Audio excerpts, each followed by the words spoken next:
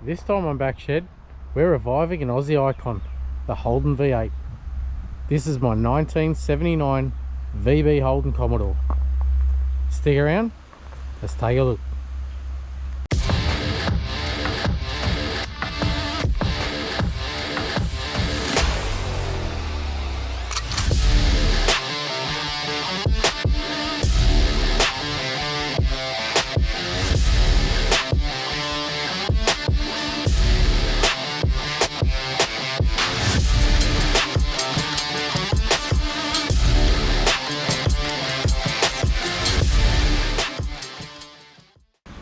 So I've actually had this one for a little while now, and I sat him to a side, not through lack of wanting to do it, just it was missing some pretty important parts to get it driving. Mainly a tail shaft, but we'll get to that. I'll give you a look around. She's got some pretty heavy patina from previous paintwork across the boot, and surface rust down the sides, and you notice different wheels left to right. Took me a while to notice that, but they're different. Not necessarily rotted out, this one either, as surface rusty as he is. The ad said pretty much rust free, and they weren't lying. Down there's pretty good. Missing a bumper, and it's got a bit of crap going on there.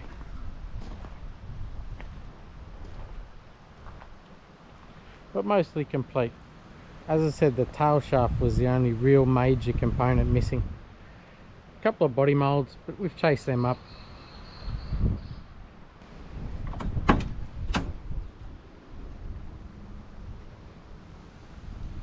And inside he's a bit worn and crusty, but it's generally all there. I think that's the top section off there. Yeah, we'll get to it. Oh, there's one of the wheel centers. Oh, alright, and so it's missing a glove box lock, and she's automatic. 230,000 at 556. We're ahead of the game on this one. We got some keys.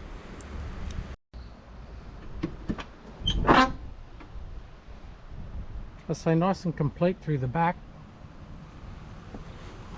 Got a few trims missing here. That's no biggie though. The seats are very old and crusty, but they'll clean up just fine. I'm not concerned about that.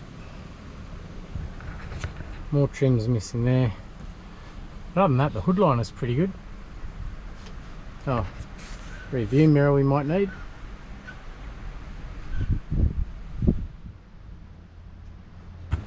And by the looks of it, the previous owner was a member of the Condobolin RSL Club. 85, 86, 87. Oh, there you go, 4 consecutive years. 85 to 88.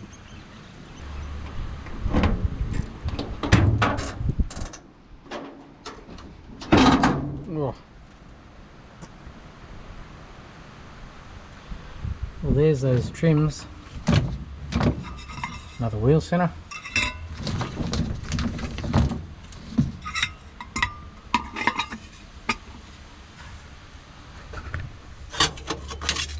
Some chrome. Oh, that doesn't look the right trim color. Maybe that's a replacement. Maybe this one's broken. But that one's not the right trim color either. You Commodore guys, tell me, would that have been factory black or tan like the interior? But we've got a chocolate one. Anyway, I guess we'll find out.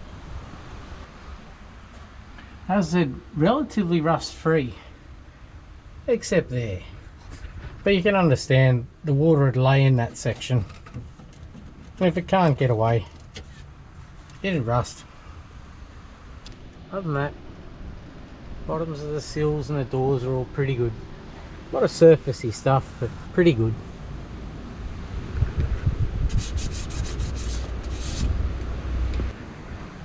And up front, the Holden V8. This guy's a 253 or a 4.2 litre. Did come with power steering, no air conditioning. And like I said, he's missing a few bits. Fan gone, fan shroud gone. Doesn't look overly messed with. Obviously the air cleaner's gone.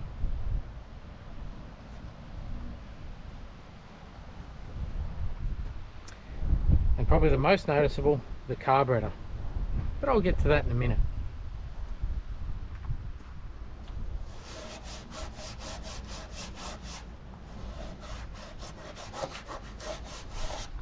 So for you guys that love your numbers, engine is L36, trans is M40.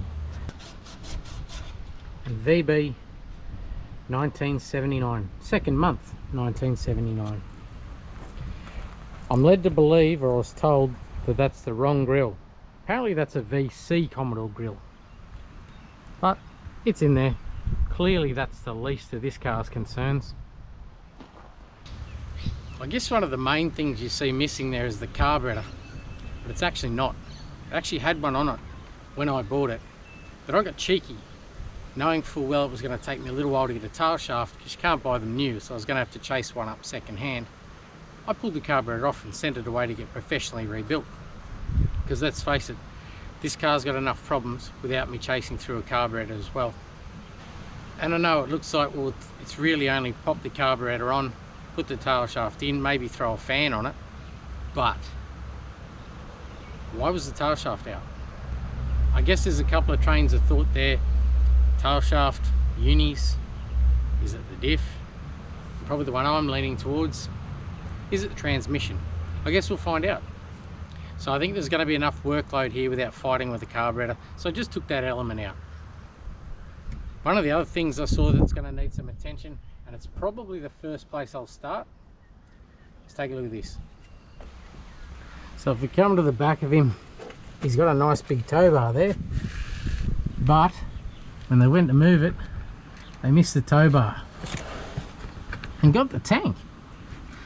It's got a thumping great big dent, and it looks like something slid along there, maybe a forklift tine, something like that. So I wanted, before I waste too much time putting a new carburetor on, I want to get this tank out, see inside it, see if it's worth saving, and if it is, try and get that out, check the fuel lines and get some fuel to the front of the car that way. It's pretty hard to get your head around these days that something like that, just a tail shaft diff or transmission issue, would have the car parked and just left. But you're looking at the paint, it wasn't shedded. It was outside for a long time, so I'm kind of keen to see what the floor pans are like, because I haven't had it up on the hoist. From laying next to it, they don't look too bad. Little repairs like that were sometimes why these cars were parked, because it wasn't that many years ago, if you needed a transmission or a diff for one of these, the repair or the new part was more expensive than the car was even worth.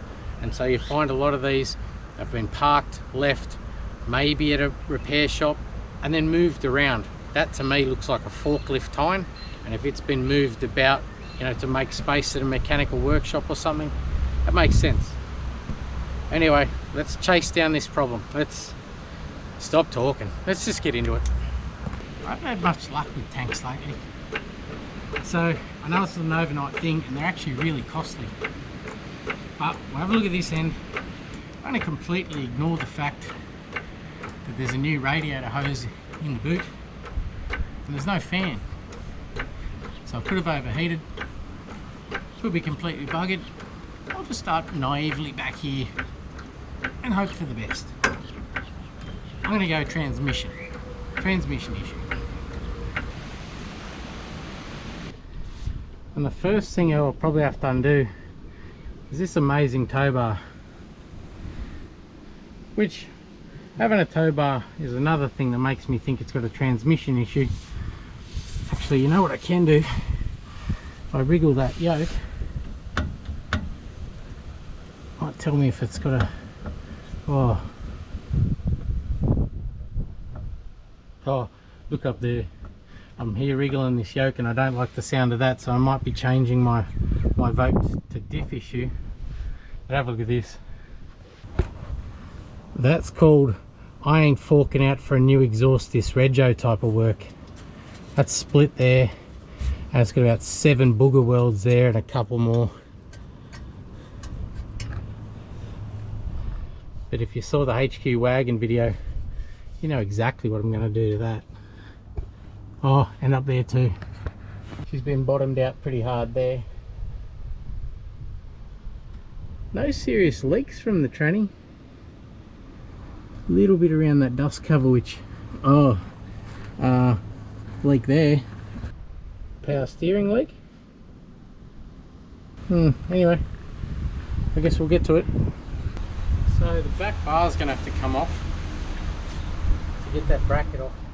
And in here it looks like it's just start undoing bolts.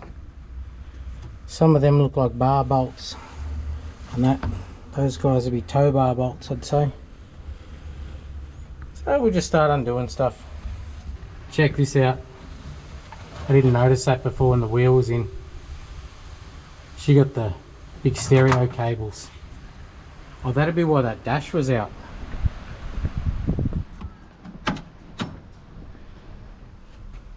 Yep, she's had the awesome stereo and they've removed her. That's why that trim is taken out.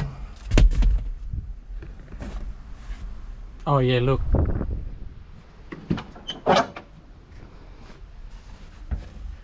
She got the old quintessential 6x9 holes. Oh, and a little bit of water damage. But back in the day, that was the thing. 6x9s. Decent stereo, cool as cat shit. So I wouldn't be shocked if the boys had her on a Saturday night with the stereo going to see a big feather on those tyres. No, that one's pretty good. From the old, you know, one-legger burnout. Oh, she got a couple of grazes in her and a bit of a feather on her. She could have done some skids. It does worry me though that it's the left one. An open centre diff will generally spin the driver's side. Well, driver's side here in Australia, passenger side in the States. Why does that worry me? Well, an open centre, they'll start pulling 2 wheels when they're on the way out. So I might have changed my vote to diff. The pin's slopping about. We'll start running a tab. Who's on transmission and who's on diff? I'm going diff. Check this out. Big dent right behind the old trailer wiring. We can all picture that conversation, can't we? Yep, keep coming, keep coming. Whoa! Anyway, 4 bolts to get the bar off. Don't forget, tag everything. Don't go, I'll remember that. Nope. No, you won't. Tag and bag. There you go. And I know I've said it before, but why wheel the heads of these bolts? Old bolts, lots of surface rust. You're just making it hard on yourself. Why wheel it all off them? Give the chance for the rust to get away. Otherwise you'll invent new emotions, new words. There's just no happiness there. Some of those emotions and words won't even make sense. So check this out, I've just pulled those bolts out through there, and on the inside they just had like a flat pad and a bolt going through there, just some flat steel. This is 1979 in a nutshell. Back when shit you just got done. There was no weight ratings on tow bars. These are the 4 bits of steel.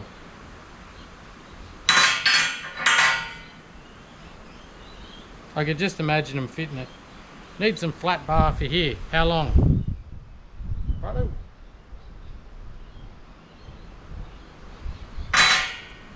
I think we overthink things these days.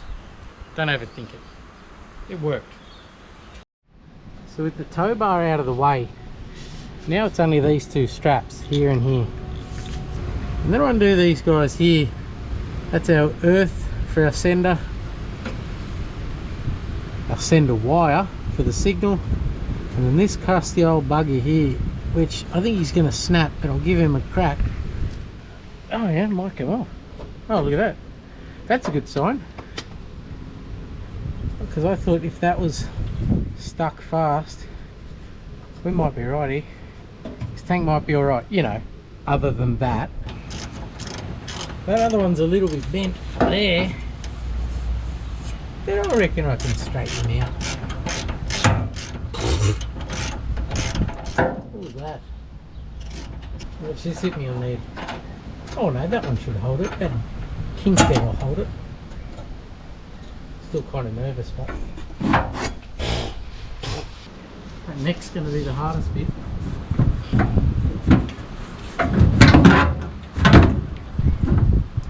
Righto. They're still fueling that. Well, oh damn it. That's water. Son of a bitch. I was hoping that was old leaded fuel, because if it was old leaded fuel, I'd be excited. I'm not excited now. I've asked before, but when did they stop leaded fuel in Australia? Was that like mid-90s?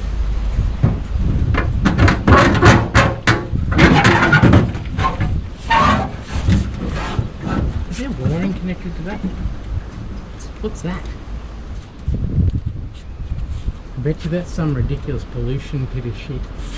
Have a look how thick the grass seeds are on top of the tank. But I didn't like the fact all I could see was water coming out of it. Right, I'll get that sender out and we'll have a look.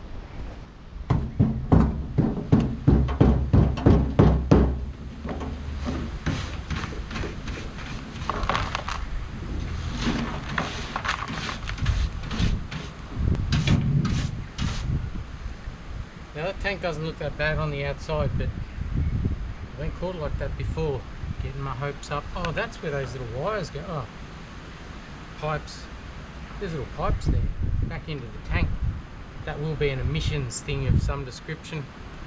I don't really speak emissions, so the best I can hope for at this point is that water hasn't been in there long, because that was definitely water. It didn't even smell like fuel. And when I found the car, it had no fuel cap. But for how long? Could have been parked a long time. It had its fuel cap. Anyway, we'll knock this off.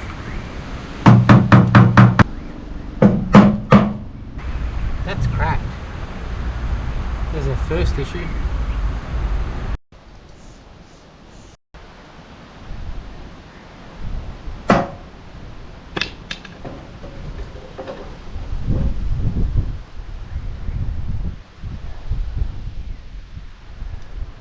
Oh, that smells a little bit like fuel.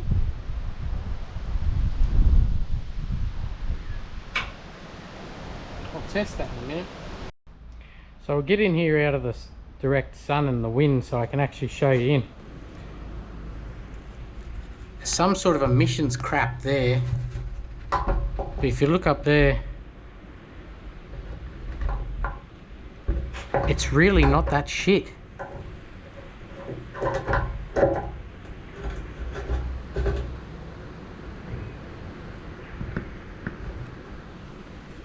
I guess what that's telling me is if I can get that dent out, or most of the way out, I'm going to reuse that tank. Actually, I'll tell you what that makes me think though. It makes me think I know why that's cracked. That goes that way. Yeah, so that goes that way. That's been hit and pushed that up. So it's hit right on the end of that, push that. That's why that's cracked there. That's alright. I'll just do a little bit of massaging on that and see if I can't seal that up. We'll test this and see if it works before I go too crazy, but we'll get the ohms meter on that and see if I can get it to work. So I'm just trying to have a think how I'm going to hold that tank against something here and here and somehow lever that center out. I'd be happy. I'm not looking for cosmetics here. I'd just be happy with that where the pickup's going to be, even if it was a bulge, a bump. But I've also got to try and not damage around here too much, although I can sort of hammer and dolly that a little bit because I can get in behind it. So I'll just have a little think, what can I, it's easy to get a lever in there, but you've also got to hold the tank at the same time, and so I can get a good swing on it.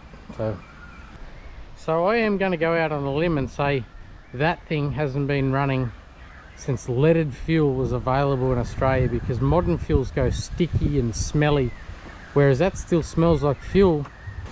Get one real good one. I'll get a ridge there again.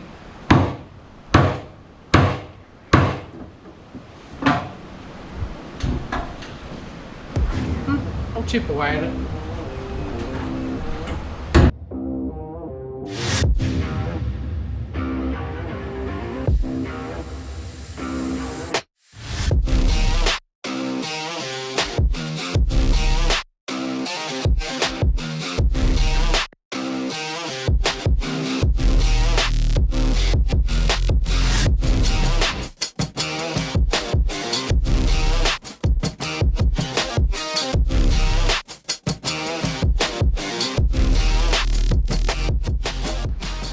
Alright, total change of tactic. That wasn't working, it was way too slow. So, me and the other half basically just assaulted it by sitting it on some crates.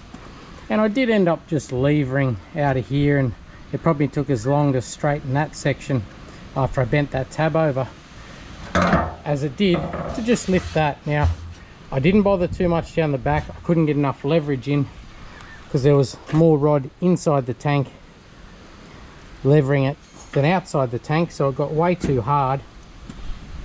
But when you think about it, that's as far as the sender goes in to there.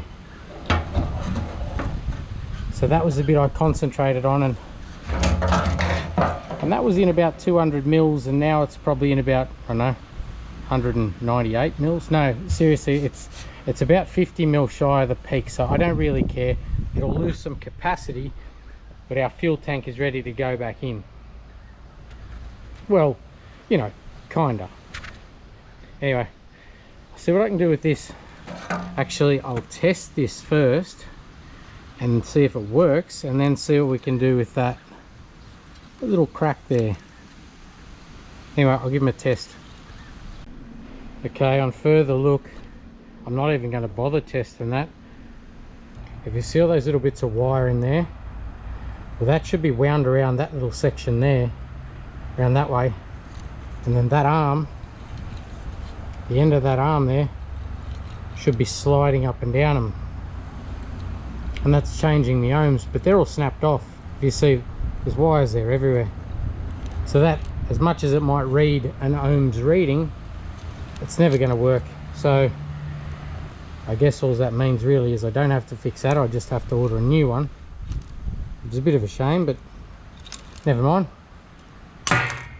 Better than putting it in and then finding out I've got to pull it all back out. So right now the tank was going back in, it's staying out. We need one of them. So we'll move on. Let's check this fuel line.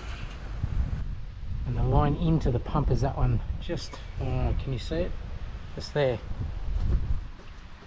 So I'm going to disconnect the rubber hose from here, just hang it out the front there.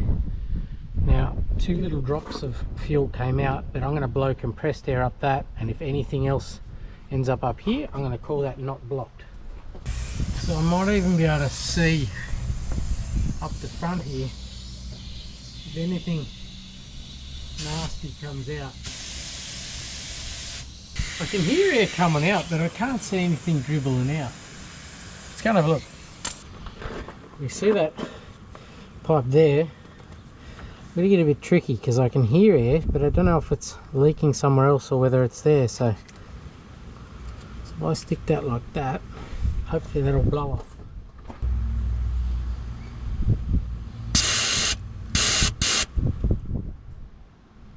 So I'm going to tick a couple of things off. That is, number one, the tank. I will order a sender, and number two, that line's going to deliver fuel. So we might get stuck in up the front here now and get something achieved. Starting at the tank might have seemed an odd place to start, but I know they're very expensive tanks. They take a long time to get. I think there's actually a bit of a back order on them, and at least that rules that out. Yeah, I'm going to order a sender, but we now know the line is clear, so we can start to get some fuel at the pump, see if the pump's going to work. I sort of wanted to do this one in a way that if you found something like this, you could almost do it as a step-by-step. Let's work through this bit. You know, a lot of old Holden V8s out there and a lot of old Holden V8 fans, but to move on to the cranking side of it can be a bit tricky on these guys. Number one, you can just roll them over with a breaker bar or something like that, but you run the risk of busting rings, hit the starter, all of that. I can bypass all of that because I actually know this one rolls over. I bought this car from 4 photos and 1 really short video. But sometimes being sent videos of them rolling over can really heighten my anxiety because you don't know, did they just break a ring? Did they break it with a breaker bar? From what you could hear, it sounded like it wound over. No real gallops or anything in it. However, that's where the good news ends, because the one thing these Holden V8s are good for is not having oil pressure. These 253s and 308 Holden motors have got an external oil pump. It just bolts onto the side of the block. I'll show you. Through all the cobwebs and crap, you see down there where the oil filter is, that's actually the pump right behind it, and it just bolts onto the front of the block. Now that in itself, I'm not saying is a terrible thing. It's actually pretty good. But when you're building a new motor, or in this case when they've been sitting a long time and they've drained out or the oil's deteriorated, they don't reprime themselves. And it's not a big job. You remove the pump, you pack it full of grease, put it together, put it on, it closes up the tolerances, sucks the oil. But I don't know how long. I don't know if it has oil pressure. So that's where we're going to head next. Let's find some oil pressure. So like I say, if you bought something and you didn't know if it rolled over, about now is when you put a ratchet or something. Try not to go breaker bar straight up and just see if you can roll it over, or just try and roll it over by putting tension on the belts and the fan. Has no fan on this one. However, as I said, I know it rolls over, so I'm going to pop a battery in it, and then I'm going to create an oil leak. The way I'm going to create an oil leak is, if you can see on top of that oil pump there, that is an oil pressure sender. I'm actually going to crack that guy and create myself an oil leak. The other way, if you can't find a sender, would be just to crack the filter. Just loosen it slightly, just so, you know, if it wants to start to drip or something like that, then when you wind it, you'll see a lot more oil come out. Obviously put a tray under it and we'll figure out if we've got oil pressure that way. I don't necessarily trust dash lights, just saying. The one thing that's worried me on this guy is no dipstick. So have we been winding on it, found no oil pressure, check the dipstick, crack the shits, chuck it somewhere? Is that why there's no dipstick? I guess we're going to find out. I'm starting to think this one should be called the mystery bag. Is it the diff? Is it transmission? Is the motor shagged? I don't know. Anyway, step by step, I'm going to jam a bit of wire down there and see if there's anything in the sump. If by some chance it's clean, if they were struggling with oil pressure and some chance they've changed it, that filter tells me they haven't, then we'll know. Failing that, we'll drop the oil, we'll go from there. So my makeshift dipstick, and I know that was a lot to take in a short period of time, but essentially they just won't prime themselves, and it's not a hard fix. I just hope enough people knew that. Oh, it's got oil. I didn't like what was on the end of that though.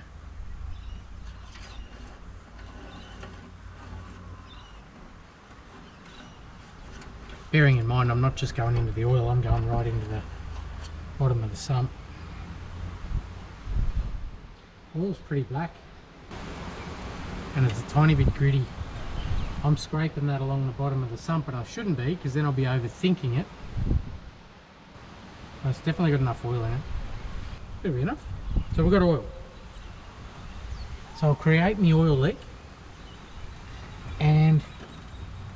battery in it. See if we can build some oil pressure. So we'll switch her on and see if we've got any lights. Oh, well, that's just come off. Oh, I'm kind of lucky I found that. Maybe when she had the flash stereo and the 6x9s in the back and she was doing one leg of skids, they also had the quintessential 80s sport steering wheel on her. They've chucked the stocker back on to sell it. Would have been nice if they'd left me a nut though. I wonder if he's got lights. Got nothing coming up on the dash. And the key won't roll on. I know it's the right key because oh yeah, I was just holding my tongue wrong. Righto, so we got, ooh, the battery lights to start, and it dims when you turn the lights on, so that's another start. Well, oh,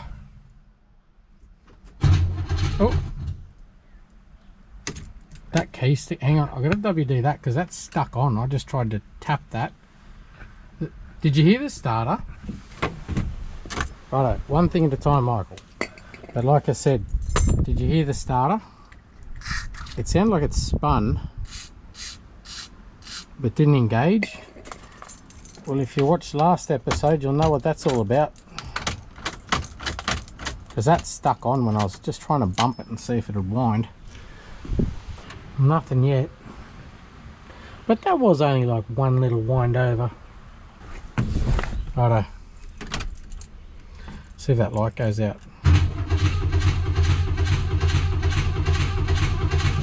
That is a no. The oil light did not go out. But like I say, don't necessarily trust the old dash light.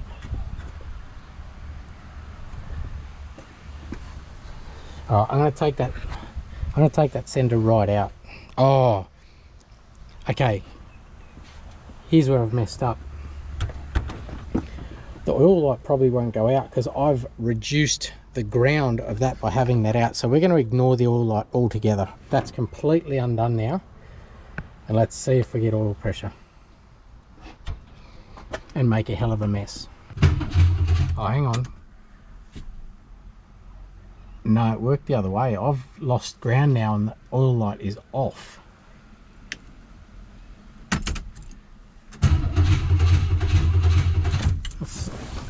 Nothing yet. Nothing yet.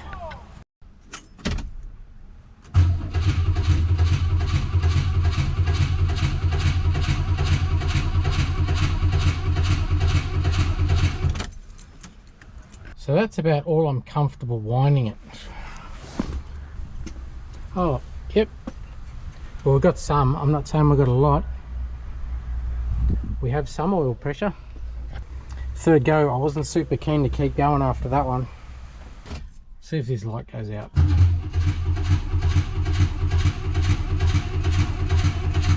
Still no. However, we know it's got some oil there. We pushed a bit out.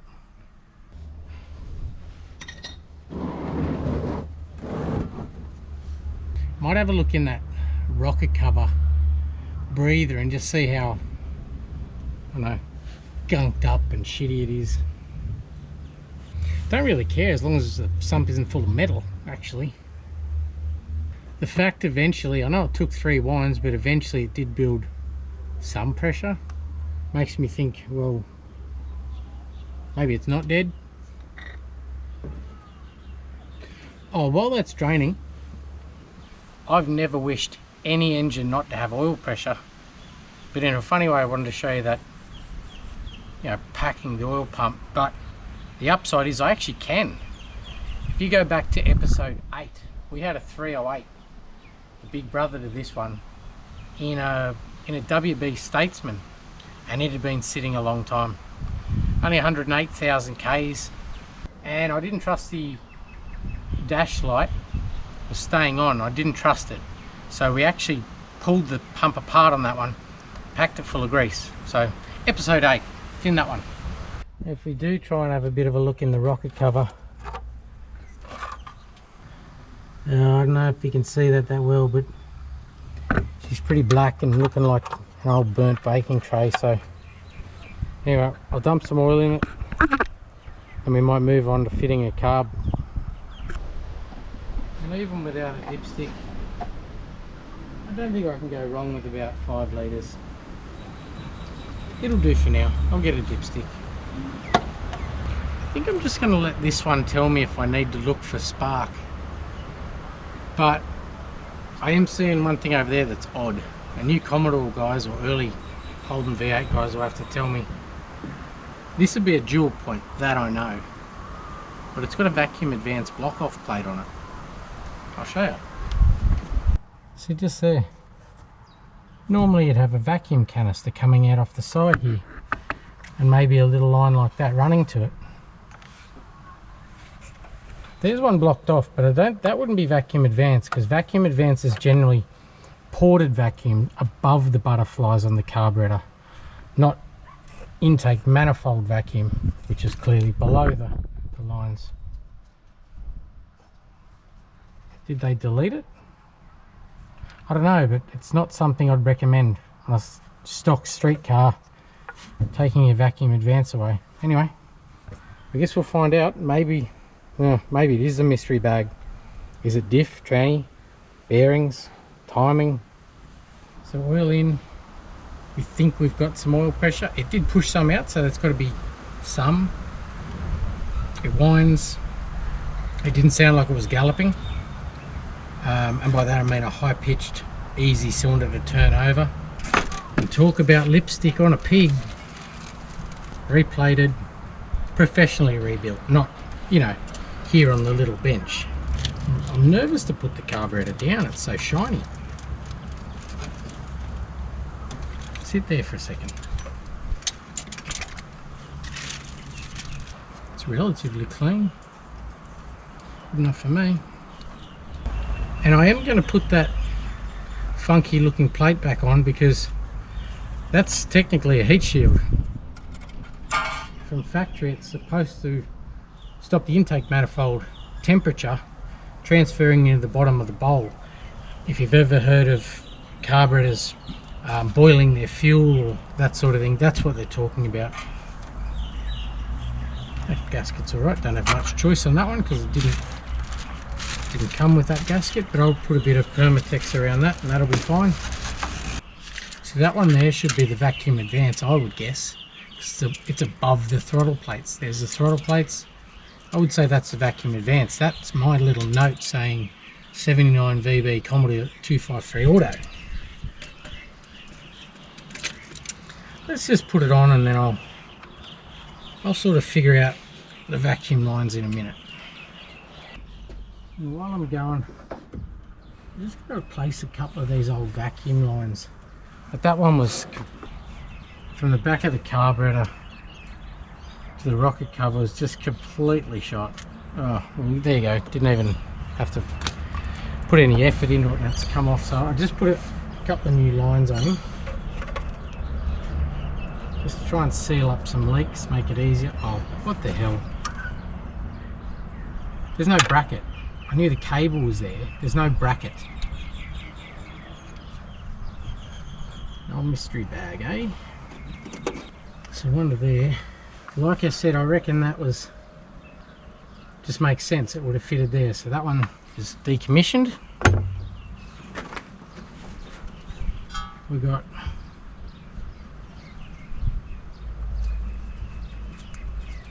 a pink wire that turns into a yellow wire that goes into a green wire. So you'd like to think that that's that one. What else do we need? It's got a throttle return spring, just no throttle bracket. Who takes the throttle bracket off? The carburetor was there, no throttle bracket. That one, don't really need to do too much with that. That is only a bowl vent, which it would go to that charcoal canister, so there'd be quite a decent size 3/8 hose that should go to that charcoal canister to vent the bowl. And I've just put my fuel line on the pump, and you know, the old makeshift fuel tank that I always put in, just until that sender arrives. And I'm just going to give it a bit of a wind. Actually, I might knock that old filter off first. And we'll just see if any fuel comes out the fuel line. Might actually flush a bit of crap out of that pump too, if there is any. And that's as hard as nails, that line, so I'll replace that, but just for now that'll be enough. That guy's just another emissions line. Well, maybe that's the one. Looks like it's been stretched. Maybe I'll just, I thought it was that bigger one there, but let's just do that.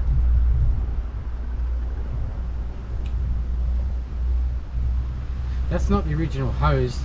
They would have all been black fuel resistant hose. That's been put on after, and I can tell you that is not fuel resistant by the discolouring there. Anyway, doesn't matter. I'll give her a one. See if we get some fuel spurting out here.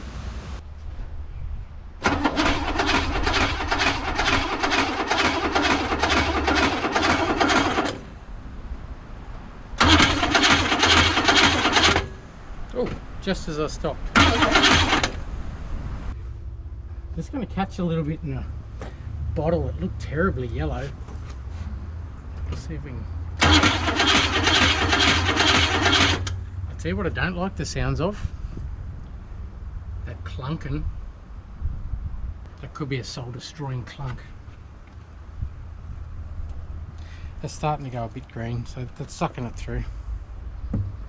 Just while I'm fitting up hose clamps on this fuel line, trying to block out that clunking noise that I was hearing as I wound that over, that I didn't hear before, I might add, probably because I was in the cab and that time I was kind of, you know, half hanging out.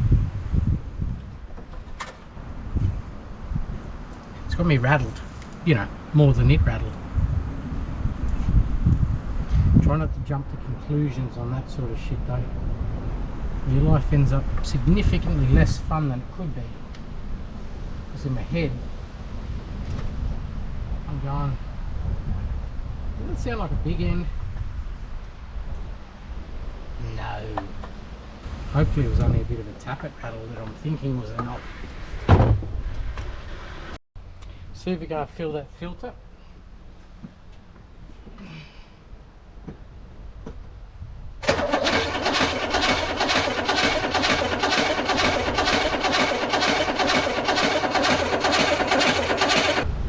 So filter's full. We're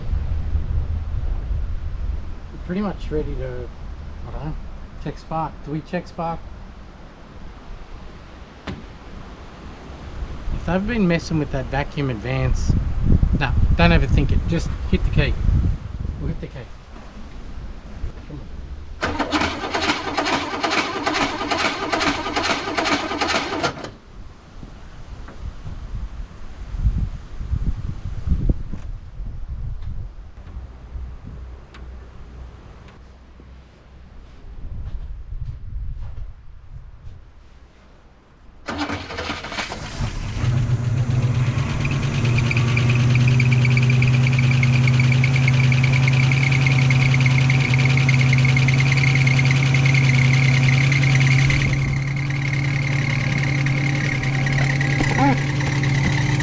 Got some horrid noises that she's running. I'm thinking it's only an alternator at the front here squealing away and she's chattering bad over there.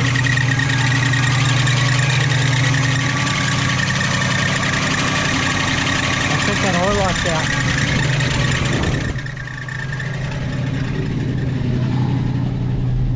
Oil light's off, that's a good sign. We got a gauge? No, no gauge.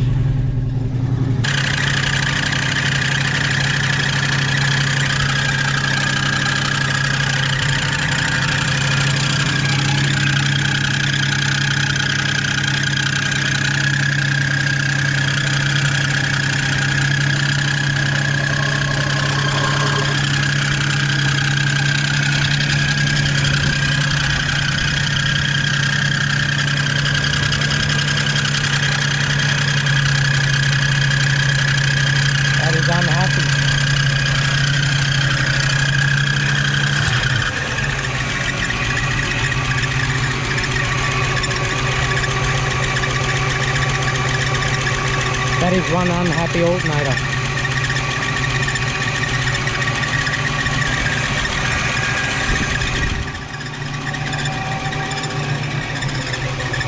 The upside is I can't hear that bang, and all I can hear is a chatter back here from a rocker.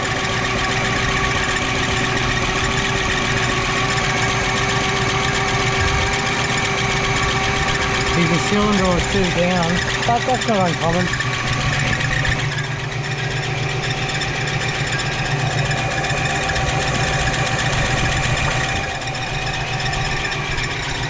Why am I getting wet? What's spraying me?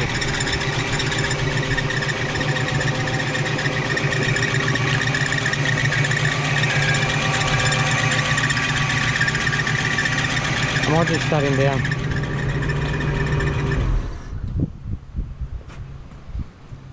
I just shut him down for a second for two reasons. One, I thought something was spraying me, but I think it's only the WD. Two, I might put some more water in that. There's water in it, but I didn't actually expect that to fire up like that.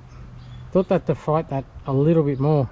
So, dual point, you can think of them two ways. There are two chances for it to spark, or there's twice as many chances for it to fail, but that clearly worked. Spark is okay, obviously, except we're down maybe 2 cylinders. You can see really shaky at idle. That I can't hear anything over it, so all I can now hear is the ticking at of the rockers at the back there. I can't hear that knock anymore, which is a good thing. I'm not complaining.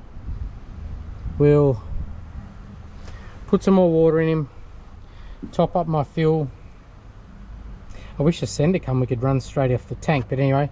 And then, oh geez, the front of that is absolutely cooking, so that bearing is shot.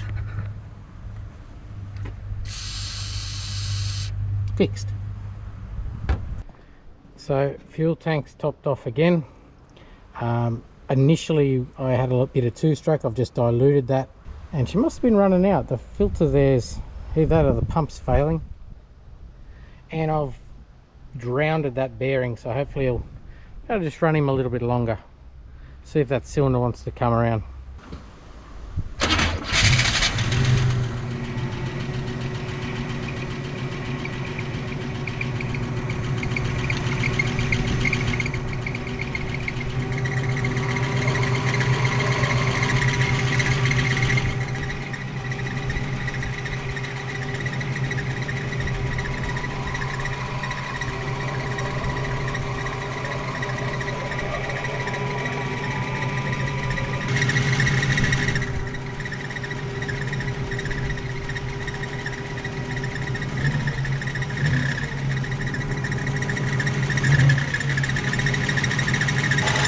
Really hard to hear anything over that alternator telling me there's something wrong, but generally with the big end, I'll step back a bit, generally with the big end knock, if you just touch the throttle you can hear it get louder.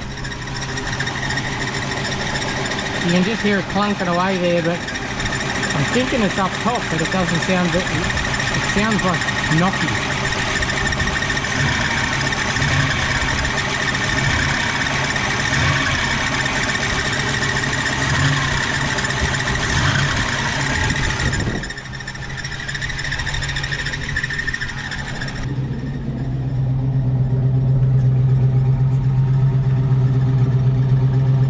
Seeing the shaking tailpipe, she's not quite good all eight.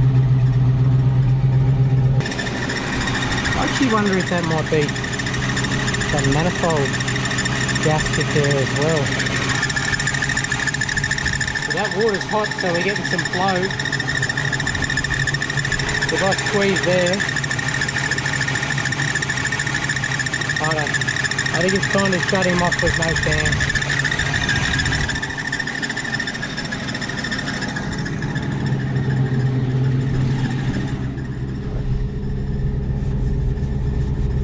Temp's working, I think, and fuel, oh, well, of course fuel's not. I was sort of hoping somewhere there there'd be an oil pressure needle, but anyway. I wonder what happens if I do this. Oh, did you hear that?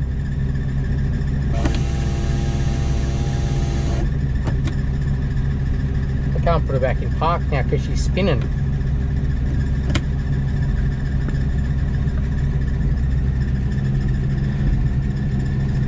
The O'Connor gauge, maybe that's one of the vacuum lines that's off. Oh, duh, just went to pump the throttle and guess what?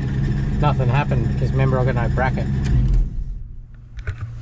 So I know, very hard to hear over that terrible alternator, which isn't a real big concern.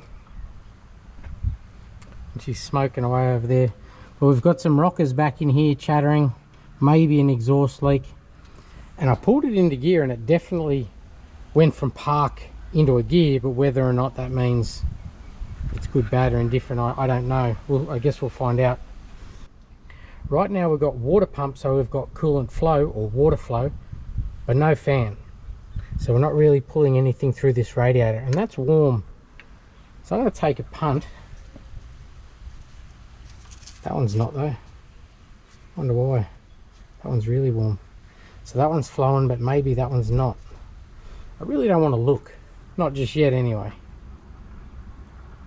Anyhow, a good start. I'll see if I can find a fan. It won't be a Commodore one, but it'll be something. So I found a couple of fans. That one, and well, I remember where that one came from, but not this one. So if I can get one of these to go on. Oh, no way. Oh, and the bolt pattern's wrong too, so that's probably an old Ford one or something. Probably an F100. I'll take a guess at F100 because I have a lot of them. And I say I know where this one come from because this was on the XY and the old motor, the old 351. But that's going to hit on pretty much anything. The power steering pump, the balancer. You'd need a really long spacer like on an F100, but they have long bolts and studs. Why are those studs so short? Maybe a clutch fan. You Commodore guys, would this would have had a clutch fan. I know it would have had a shroud, but these, I even think the later HZs and stuff had clutches. So this would be a clutch fan. I wonder if I can just buy a clutch and then bolt that to it.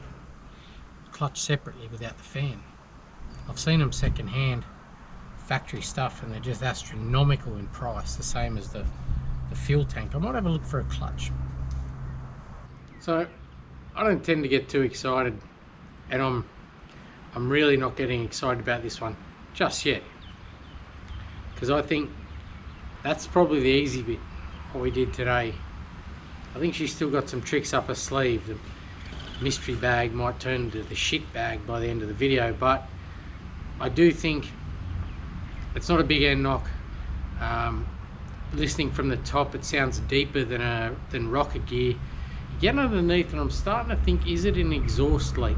Just a pinhole in the exhaust sort of knocking away. Sounds from the top like a knock, but anyway, I guess we'll find out. I did pull that transmission in a reverse. Sort of tells me nothing. It's spun over. You could hear it engage and spin over, but it doesn't tell me anything until I got a drive shaft in there. And as for the fan, I will see if I can just order a clutch on its own and then maybe just adapt that shitty old blue fan somehow and paint it black because it looks terrible. If I get a fuel sender here, we can literally button up the fuel system from the tank, the shitty tank, right through to the carburetor. I've started a little list of bits and pieces to get, including the one I did forget is U-bolts. I got a tail shaft, didn't get any U-bolts, and the throttle bracket. I missed that. Had to miss that. I know exactly how I missed that because I take 2 seconds to look at it and get busy on something else and out of the brain. Anyway, all that simple stuff. We'll just work through it one job at a time and we'll see if we can't get this thing to drive. Now, top start. I'll see you in the morning. up this morning and I think the rain is telling me which way we need to go with the patina on this thing. I think we need a gloss, but we'll get into that in a minute. So last night I ordered the fuel tank sender, a dipstick. I went to order a clutch for the fan, but it was actually not that much dearer to get the fan included, so I grabbed fan and clutch. Oh, and the alternator. I've removed the alternator and I've got a friend of mine putting a new bearing in the front to get rid of that squealing so we can actually hear what's going on at the back of the motor there. And once I get that back, I'll just be able to heat cycle that engine through and just see, is it an exhaust leak or is it the rockers? Are they just sounding deeper than I think? But we've probably got a day or maybe even two before any of that turns up. So we'll make good use of the time. We'll start on the rust in the boot and then work out what I want to do with the body and paint. So anyway, let's get into that. So this is obviously our boot floor rust we've got to fix, and normally I go around and clean him all up and see what we've got to work with, but I'm actually going to do the opposite on this one. I'm going to get underneath, and there's a seam that runs along there, along this side and along the back. I'm just going to cut it along all three of those seams and then snip it off, get this out, and I think we're going to have to make this from either 2 or 3 pieces. We can shape it that way easily, but getting those lips, we might have to make that as one piece and that as one piece. Anyway, I'll just cut him out and go from there. This is what I mean about there's seams. You see where the beaver panel comes down and actually meets it. I'm just going to cut him straight along that edge there and down that seam there, and the same on the inside up against that lip, and take that section out. But we're starting to rain again, so what I might have to do is we might have to get, as much as I don't want to, put mucus out in the rain. I don't want to do it, not because he's precious, because he's a piece of shit and he leaks. If you haven't seen Mucus, abandoned for 20 years with no motor and transmission, he is now a big block Chevy and turbo 400, brand new 9-inch and nearly ready for the drag strip. But we'll get him out. I've got a cover there, I'll cover him up and we'll get the commie in.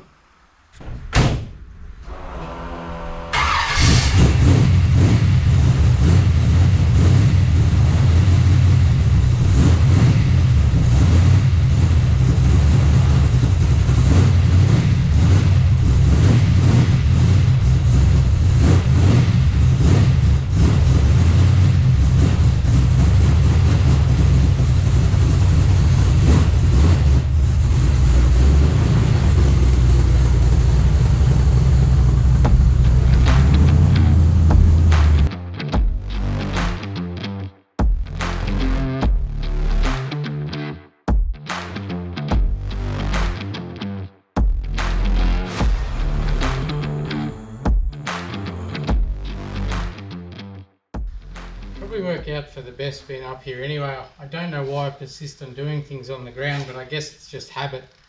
We haven't had the hoist on, but anyway, like I said, I'm going to cut along that seam down there, and I might even come in a fraction from that seam and overlap it rather than butt it up hard. But anyway, I'll get cutting, straighten that up, see where we end up.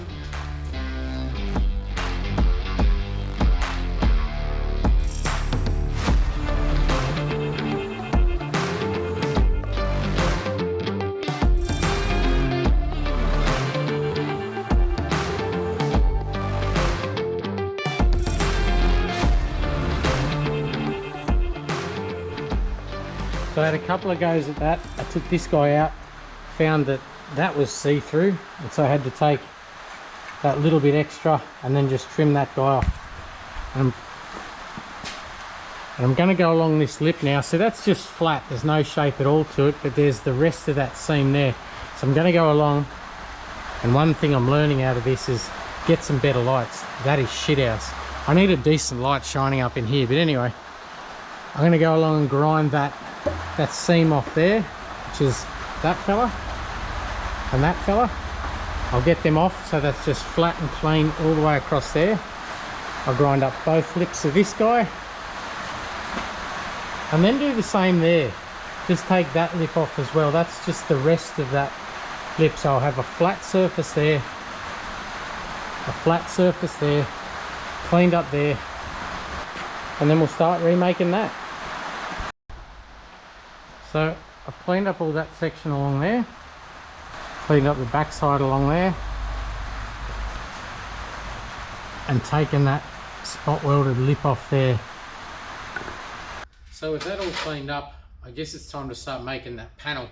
And I can't really give you too much as far as metal fabrication goes. I'm no genius when it comes to that, but a couple of things I can tell you is if you don't spend the time cleaning around your edges to weld to, ain't welding shit. I don't care how good a welder you are, if you leave all that black crap, seam sealer, whatever in there, you ain't going to weld through it. So take the time. That took a solid 2 hours to prep, cut it out and prep that for the panel to go back in. And normally I'd probably start making the panel first, you know, if it was out here and you could shape it up and whichever. But I wanted the panel out. And the other thing I can say is that's pressed in one piece and spot welded in from factory. That doesn't mean that's how it's got to go back in. I'm not one of these amazing guys that can roll up a quarter panel out of some flat steel. So I'm gonna cut this into a couple of sections, and I don't mean cut this panel. In my head, I'm gonna make up a couple of sections. The center section, I'm gonna get that curve there. Probably gonna make an arc piece here and weld that to my center section when it's curved and just start piecing it together. I might even extend that roll over a bit so I can take a little bit of that lip out. But anyway, let's just start. Stop talking about it. Let's just get it made. All right. So the way I'm probably going to start it is I'm going to start with a piece of steel roughly the same width. Probably the same width as that really. And then just start putting that curve in it. As I said, I can extend this curve over a bit further to this edge. So don't take a little bit of that roll out, so you've still got the tyre curve there, but just a little bit fraction wider. So I'm going to start with something that's 200 by, that's only 400 mil long, so I'm going to start with something about 500 mil long, curve him like that, and we'll go from there. So I just cut this little section out of that sheet metal there. I just sit across the timber there, just so you're not cutting into your concrete. I'll start beating on this guy. If you look at that fella, he's got curve that way in the gully, but mostly that way. That way is easy to get. All you're really doing to get that curve is literally just start bending him that way. But get him to curve the other way, you're pretty much going to start hitting down the center and working your way out, so it starts to curl the edges up. Anyhow, I'll start beating on him.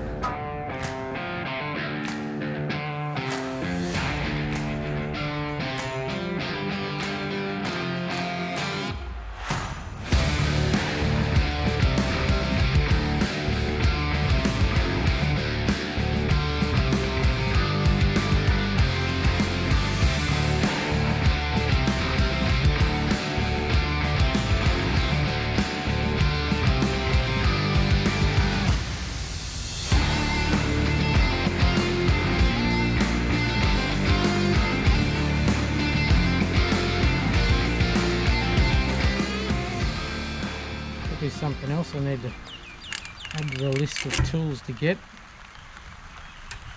is a sheet metal folder. I'm just clamping, got a line across my arc there, and I'm just clamping some angle down in the rain, as you do. I'm just going to fold that over. I probably don't want it quite as sharp as it's going to be, but that bench edge is quite sharp, but it might be right. That should give me a lip, then down, and I'll roll that edge that way. Well, I'm going to try.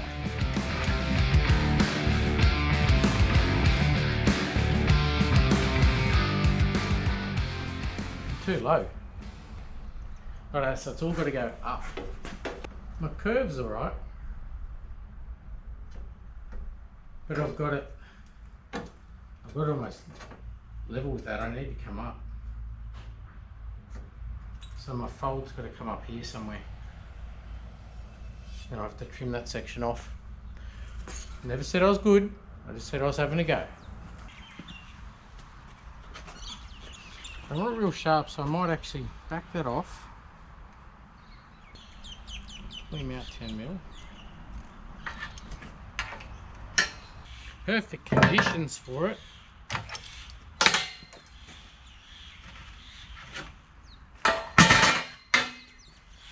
And then I might just have to trim some of that width off now, because I'm 10mm further in, so I'll probably have to take 10mm off there. So sort of kind of getting there, and you can see how that's going to be the flat edge in, and I've probably got this a little sharp, but if I push that up you can start to see how that's going to form the tyre well here, like that, in that arc. And how am I going for height now? I'll put him there.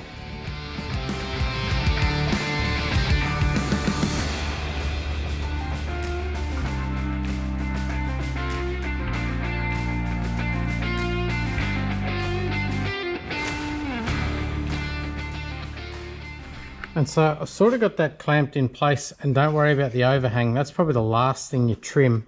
I'll just mark here along there and come up 5mm. And you see on this other side of the quarter panel without the wheel well, you see how that panel there is slightly above this bottom lip. It's a couple of mil up, so they fit inside. And you start to see, if you look down there, that's got to come down a bit, but you can see it's folded over. I have my holes drilled here, and I'll just spot weld in that way. And then we're going to trim along this edge and trim along that edge, and that'll produce our curve. That's got to come down a little bit more than what it is, I think.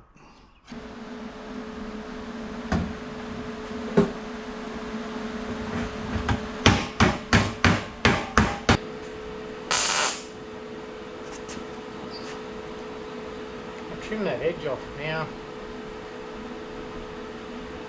Maybe start to sand on that a little, maybe seam weld it.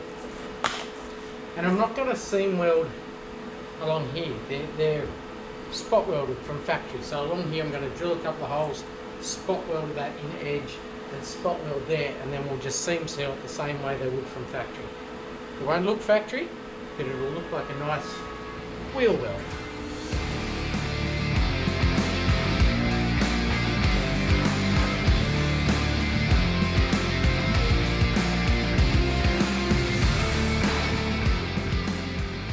So here's where we're at, probably the first trial fit, and it's looking alright across here.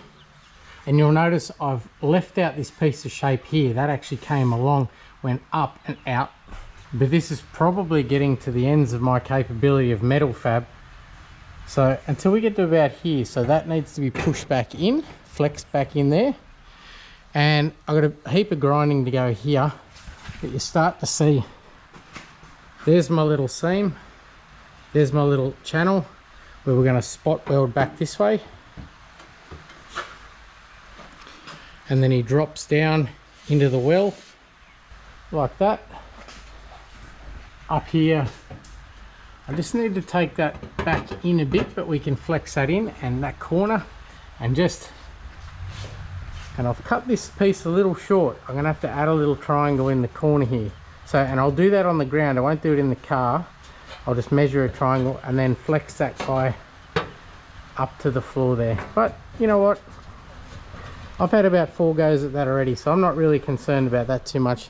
I'll get him down, add a triangle, and then just keep trimming away at it. And look, if this was a super collectible Commodore, I probably wouldn't do that. You know, you'd go and get a boot for, if it's a super collectible car, I wouldn't own it because I couldn't afford it. But I'm happy enough with that. I'm going to keep going out, working away, tidy up my seams. But like I say, if it was super collectible, you wouldn't do it that way. I just want to drive it with no rust. So I'll stop talking, we'll keep going. So we're starting to weld him in, and I'm no Jedi Knight when it comes to this, and I've missed my spot welds there. I was on a bit of an angle, and I've got a little bit of a gap there, but that's okay because that panel, it'll flex in. I'm just going to run along here with my spot welds there and there, and then we'll come back and pull that panel in and just spot weld him across there.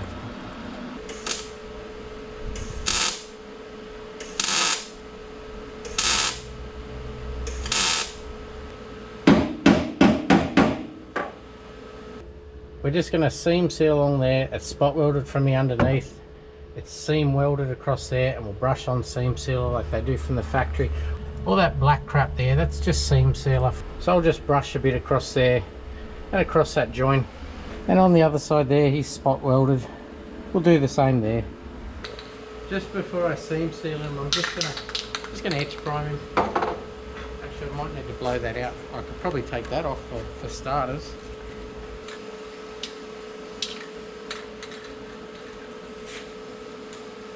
And as I say, it's only spot welded. Even from the factory, they butt up two pieces of steel like that and just spot weld them like that. Even if you're overlapping and spot welding, or just spot welding it like that, it's the same thing. Just seal up the gap with the seam sealer. That's what they use. Actually, that's what they use a lot of. Look at this. Look at the thickness of that. That's just factory brush on seam sealer. That's got to be a good 5mm thick. They've really laid it on. And as I said, it's just around all the joints. Everything would be spot welded, and then they've just brushed it on like. So I'll be doing nothing different. You know when you see stuff on telly done absolutely perfect, all that means is you've accidentally changed the channel and you're not here anymore. So come on back where we just get it done. But I'm happy to show you this is not perfect, and the flaws actually. Have a look. So this is just brush on seam sealer, and I've just gone along the edge there and across the lap joint here. But think of brush on seam sealer like body filler. Great product, just don't abuse it. Don't go trying to fill holes. And I've gone along my spot welds there. You can still see the spot welds. I didn't bother grinding them down. But I'll give you two things.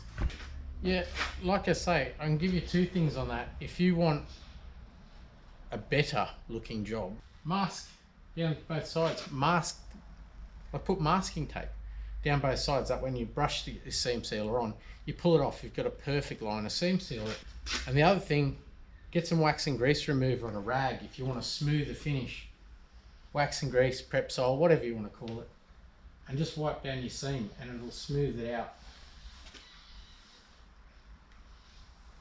Give it a smoother finish.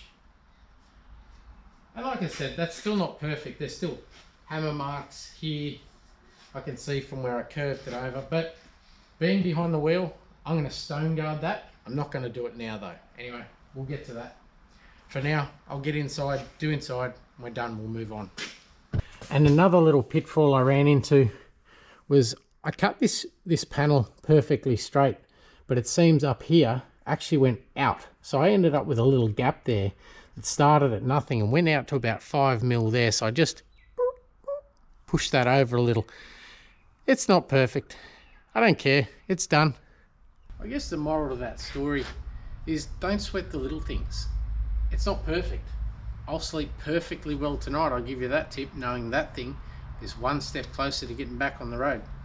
But anyway, rust is time consuming. I think we all agree on that. But the whole time I'm doing that rust, just keeping myself going through it, thinking, do something you want to do on this next as a bit of a, you know, just get through this, get onto the fun bit.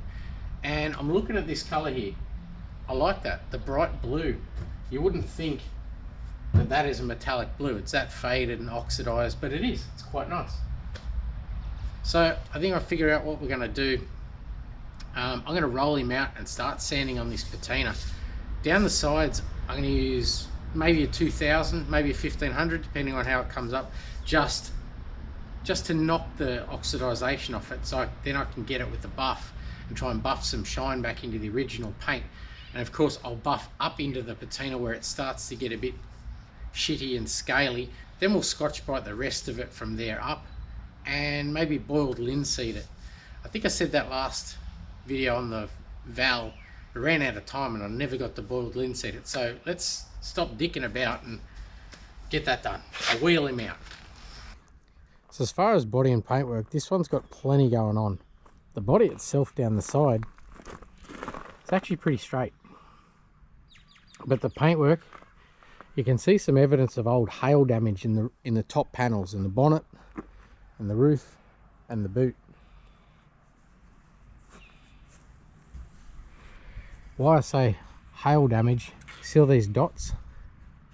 They're obviously not very deep, because all I've done, there's no body filler. That's just the old paint. So they've sanded the old paint down using it like a primer, then high filled over the lot and then repainted. Obviously that paint breaks down quicker than the factory paint, because the factory paint's still there, but all the panels that were repainted are the worst panels. And it's breaking down so much so that it's just wiping off.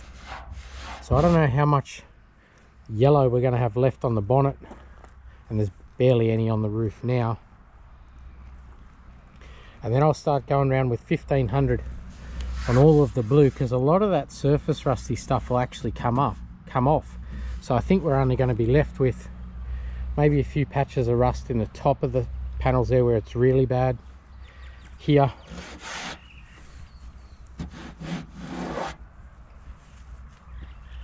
but I think it'd be a nice contrast, the shiny factory blue paint on the lower section and then moving up into the rusty section on the roof.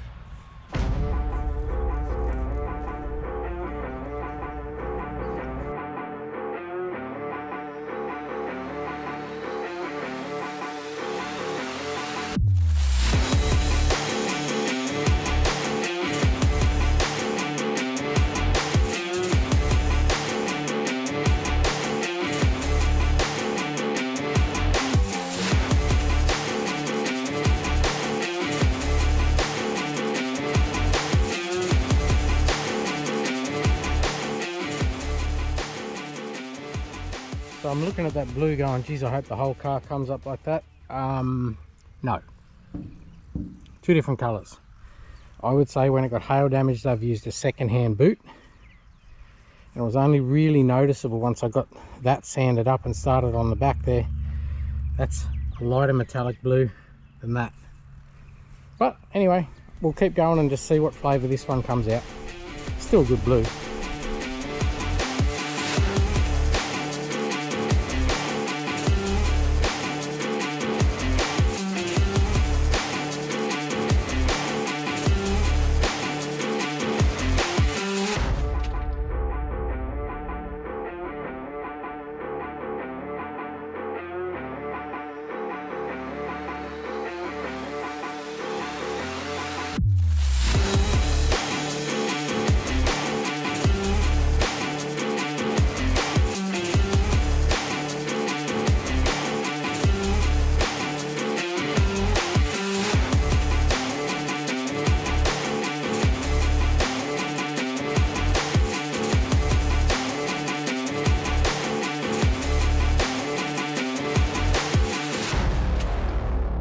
So buffing and washing last night, I pretty much ran out of daylight, because every time I kept pressure cleaning, I'd find more and more paint was just blowing off, especially on the top of the panels here where it's really sun damaged.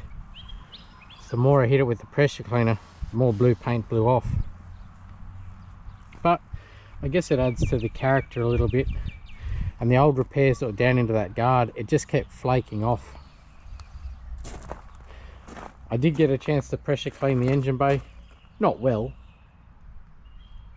but it's a lot better than it was. And again on the top of that guard. And so I eased up a little bit around these rusty sections, and we'll just boiled linseed them, as I say. And you can see with the water on the roof the sort of effect we're going to get with boiled linseed once there's a little bit of gloss.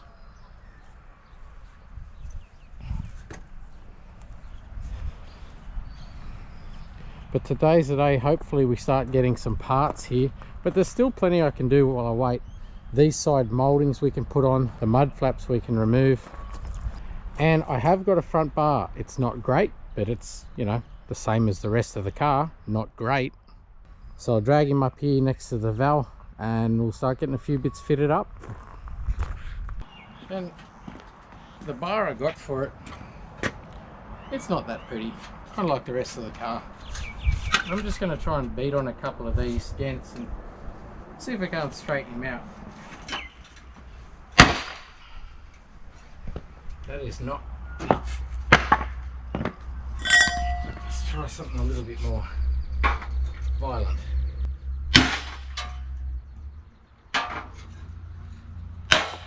Just hit it. Now we're getting somewhere.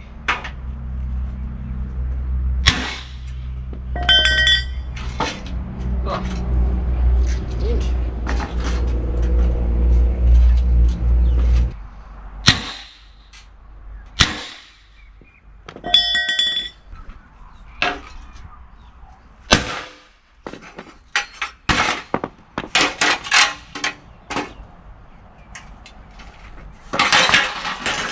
That's mint. I'll give him a Scotch-Brite and on he goes.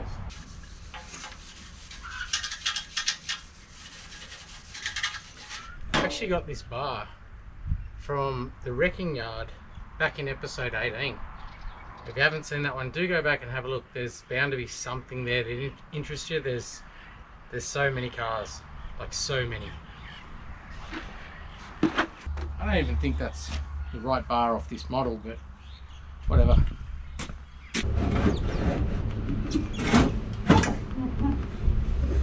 I didn't really buy a lot of parts for this car because I was kind of expecting a pretty expensive transmission repair, which we still could have.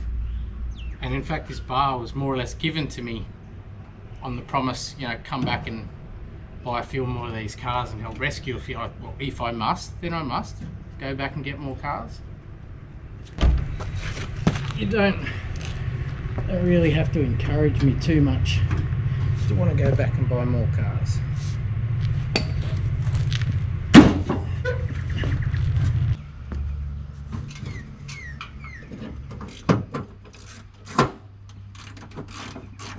Get on. Thank God. I'm going to line up 4 other bolts now. This is definitely the wrong bar for this car. The reason I know that is those brackets have threaded bolt holes and they don't line up. They line up with holes, there's other holes in the brackets, but not the threaded ones. So I'd say, I don't know, what is this V? HK? I don't know. Well, actually, it's a bit of all sorts then, because I'm told, and you Commodore guys, tell me if I'm wrong, this is a VB. I'm told that's a VC grill.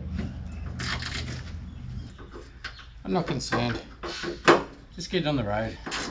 As I was going around roughing and that, this is definitely a contender to be painted. It's pretty good. It's not as dented and knocked around as I thought.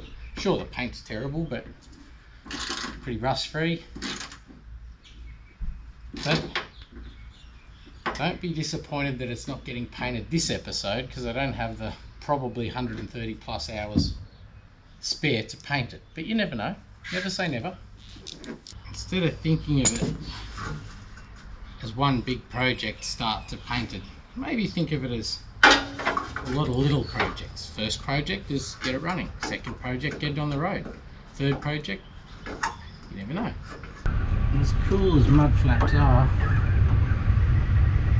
I don't remove them. I'll give these body moulds a bit of a clean up and bash them on.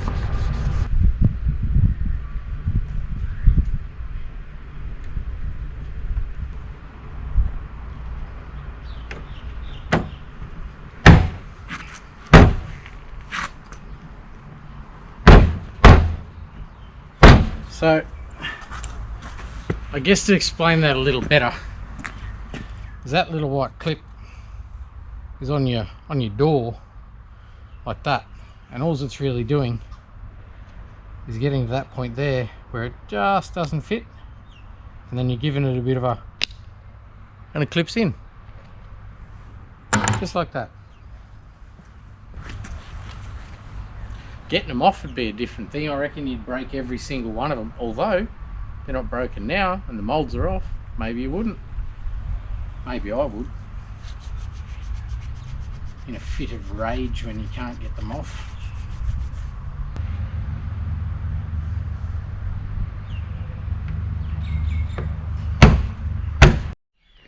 So with our moulds on, the first of our parts has turned up in the post, and it's the accelerator bracket. If you see, the accelerator cable needs a bracket that goes from here, but the one that I ordered was a pretty reasonably priced one, so I took a punt on it. I took a bit of a punt on it because it wasn't expensive, but the part number is ACB 308 accelerator bracket V8 Holden. But a 308 would have a different carburetor. It would have a 4-barrel Rochester. And I was kind of right, because it's actually a little bit short. I'll show you. And you see the bracket fits in that little groove and slot there, but I run out of thread. And it's off to the side, like it's on an angle. So I'm gonna have to get him back over there so he's pulling straight. So all that'll mean is I'm gonna cut that tab off and mount it like that, once the tab's cut off, of course. And then I'm going to cut this section off, and re-weld it back in a little closer and straighter. So essentially turn it that way and then straighten that up by welding it to the other side.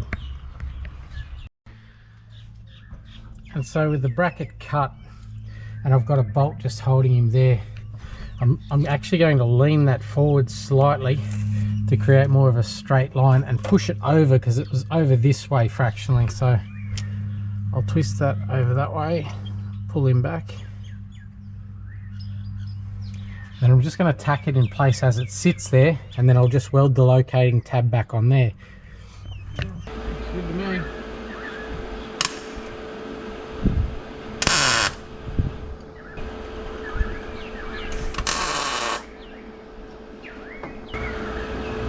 Have a guess what that is? Hot. Who'd have thunk it?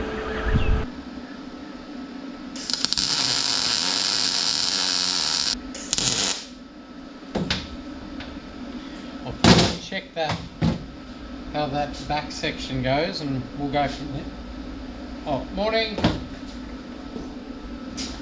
So we now have fuel sender, and I'm guessing that's the fan. So we've now got parts. We've now got some stuff to do. Perfect timing. Freight couldn't have been any better timing. We'll get this done. We'll get the fan on, fuel sender, tank in. I think that's almost it. I've painted that just with etch primer black, and it took no time to dry because it's still hot. And I think that's everything we've got. And there's another little box there as well. So we've got fan, fuel sender. Oh, U-bolts. That's what the other little box is, U-bolts. Jeez, I suck at that. That was a rookie error for getting them to start with. I nearly forgot them again. You see, I just put a little locator at the back there, back on. I didn't worry about grinding that down too much. A little bit of a bend in him, so he's just pulling as straight as he can along that. That should be fine. A little bit of slack in him. Done, let's move on.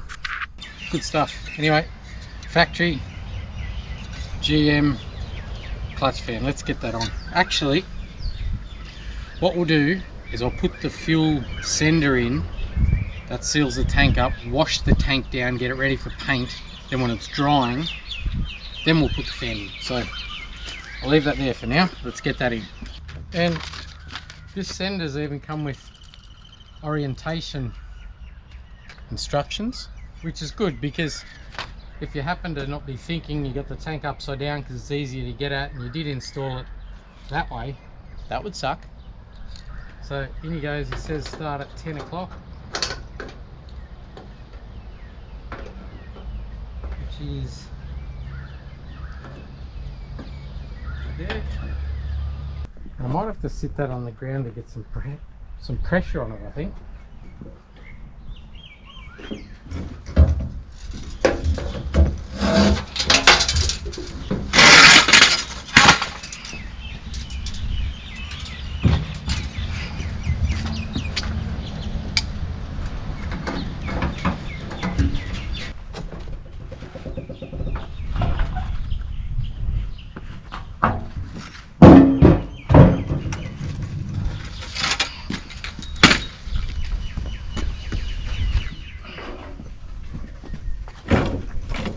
Done.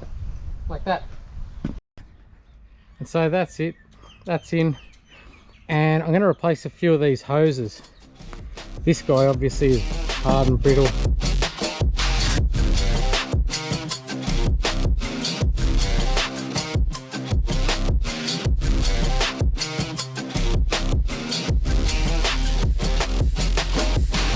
So while that's drying, we'll get this fan on and get that buttoned up so then we can get him on the hoist, get the tank and the tail shaft in. It's a very nice fan. And normally they have a shroud covering the top of the fan because I think this fan's going to sit up quite high. I don't have one, so it's not getting one. Little things, worry about it after. Famous last words. Oh no, piss it in. Going easy. That is a pretty nasty ass fan hanging out the top there though. Yeah, it'll be fine.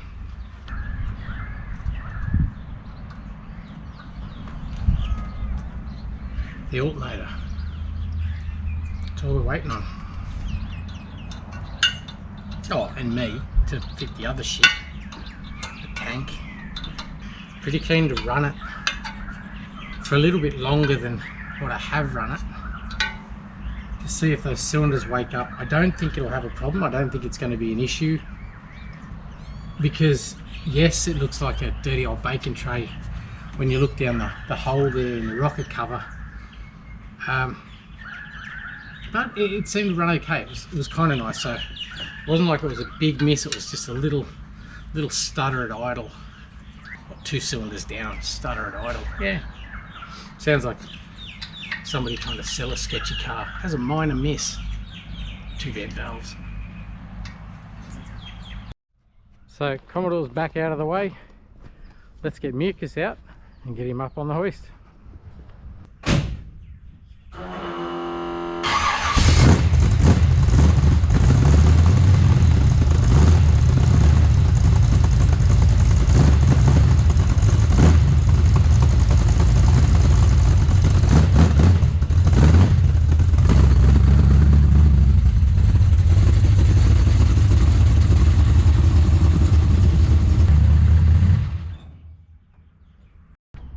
It might be a complete heap of shit, but Jesus, sounds good.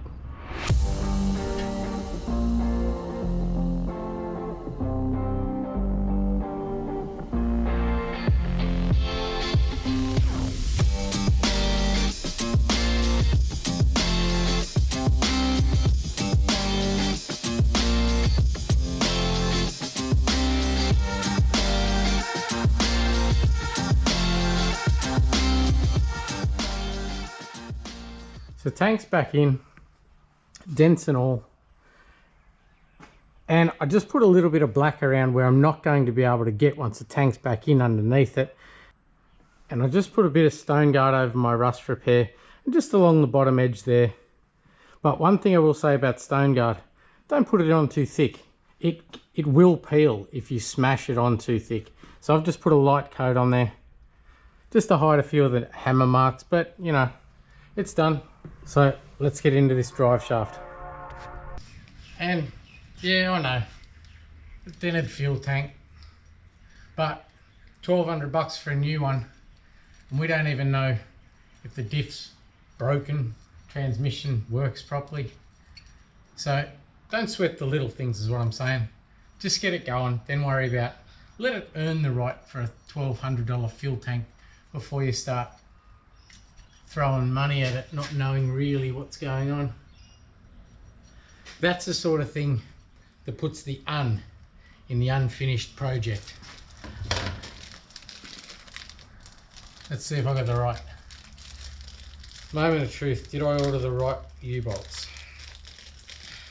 It really wasn't a choice, it was just one U-bolt.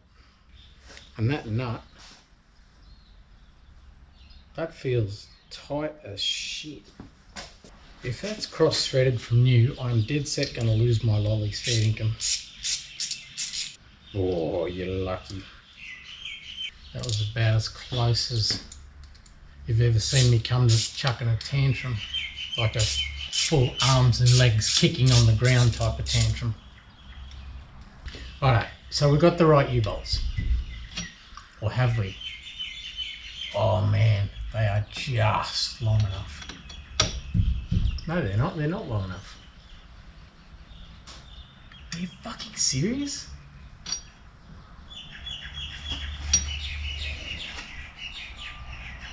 They're not long enough.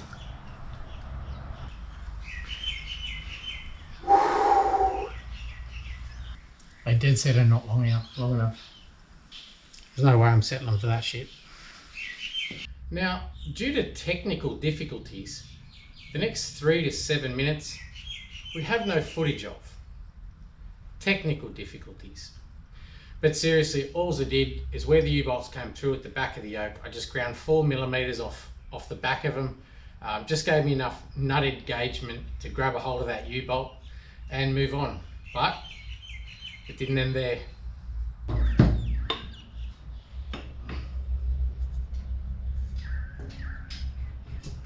Oh, thought that was going to be different.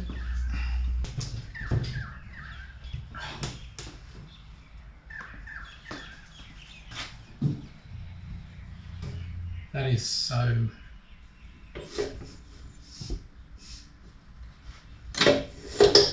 too short, is unbelievable. Or tail shaft. Way too short.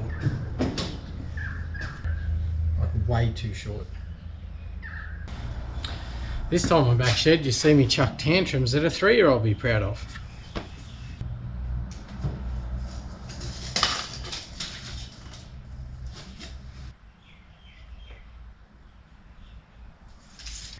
The front shaft is just way too short, like it's 60 mils too short. It says VB V8, but it's got to be VB V8 something else.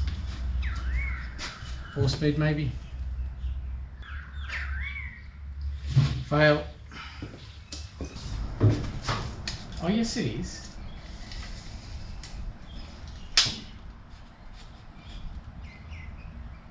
Yes it is.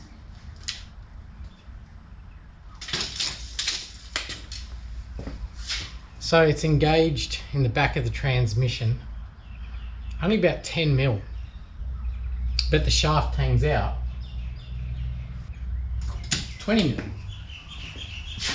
So the spline's engaged 30 mil, but it's only 10 mils inside the transmission, which is not enough. It's not going to work. Because as the rear suspension travels, right now it's completely drooped. So if this is the back of your transmission, it's drooped down. It's actually closer than at the back of the arc. So it slides in and out. Well, it would on a one piece, but this isn't a one piece.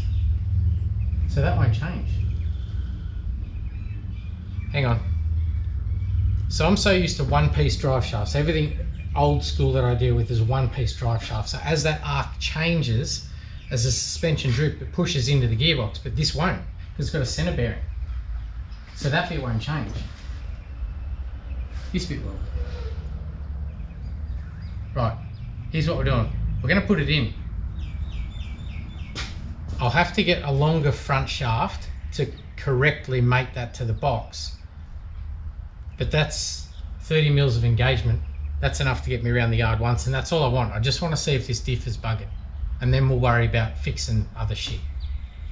So I'll chuck it in, not worry about it, and then just really baby it. Anyway, don't sweat the little things, he says. Don't sweat the big things either. In fact, don't worry about anything. Just shut up. We're done. Alright. Right, so that is engaged. Very poorly, but it's engaged. It's being sketchy, but this is getting ridiculous. That would have been the icing on the cake, wouldn't it? Go to that trouble, stress about that, and figure out, well, that's the right uni, but that's not. It's the right uni. It was almost another go at a tantrum. I'm having some Some attempted tantrums today. Thought I'd lost a nut then. All of a sudden that issue makes this one seem like it's insignificant. So the old mystery bag's giving me one more crack at it. I'll show you where the issue is. Well, here, all of this. But seriously, I got the thread for here. It didn't have any bolts, so I went, found what thread fitted that. It took me 45 minutes to find 2 bolts. Put one in, knowing full well that we had to butcher that, and that's not right. And found that it might not be a transmission, it might not be a diff. That bolt hole was completely stripped out. It could have been as simple as that was coming loose, tail shaft's flopping around vibrating, and it stripped that out. It is that's the correct thread on this side, and that literally you can wobble it in. Oh well, I suppose that's simple as rethreading it, isn't it? Let's get on with it. She's pretty good under here though. No real rust. That's a good sign. Bit of something going on there. Oh no, that might be factory. So it's done up at the rear. I've rethreaded this guy back to the original thread and got the bolt to hold and grab. And up here's the real issue. You can see it should be running back here. It is literally 10 millimeters inside of that transmission, which is not good. But if you remember, the spline came out 20 mil. So if I wriggle that tail shaft, that's not great. But it'll be enough to just get me around the yard, because like I was saying, with the suspension traveling in an arc, as that travels up, it actually gets longer because it'll travel up in that control arm's arc. It'll actually travel up and back slightly, so this will actually get longer.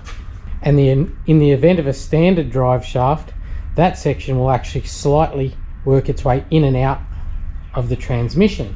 But having that center bearing there, there's the variant there, that's where it'll slide in and out of here on this one. So that'll do for now. Sketchy as hell, needs to be about 60 mils longer, but it might get me around the yard. So like I say, even for me, that's some next level sketchiness, but it'll let me know if the tranny's any good or the diff is any good. Well, maybe if I can get going fast enough. Maybe if the diff whines, I need to go faster. Anyway, we'll see what it does. Let's drop it down and back it out. Actually, I actually think I can back it out now. Yeah, I think I can. Oh, alternator. I might move that belt out of the way of the fan and just see if we can start it. Let's get down anyway. So that belt's just hanging there. I've just zip tied him out of the way. So this guy won't actually spin, so there's no risk of tangling it up in anything. It'll only be this guy. So technically we have no cooling system, so I won't run it long. We'll just see if it'll start and reverse out.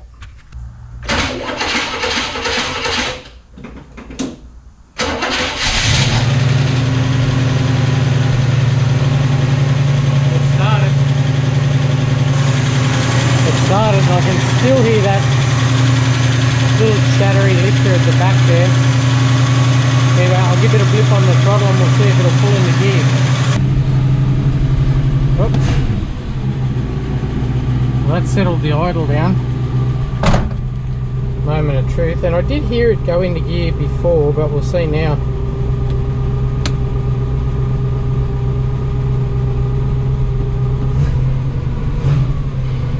Absolutely nothing.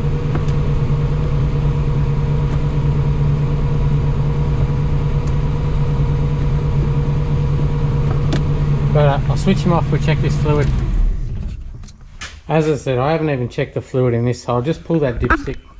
I heard it want to go into gear before we had the transmission in it. Transmission, no. Drive shaft in it.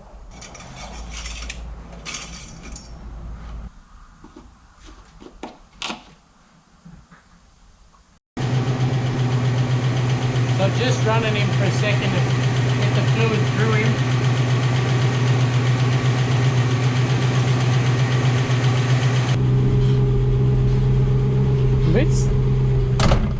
I'm a little bit nervous because I got, oh now I've got nothing. I thought I had some pedal. I've got a brake light on. Look at anything? A little bit. Righto. Oh yeah, yep. Moving.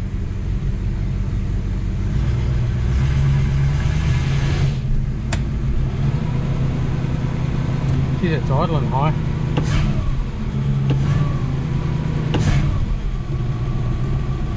Might order that down with no brakes or very little brakes. I might get that a bit lower.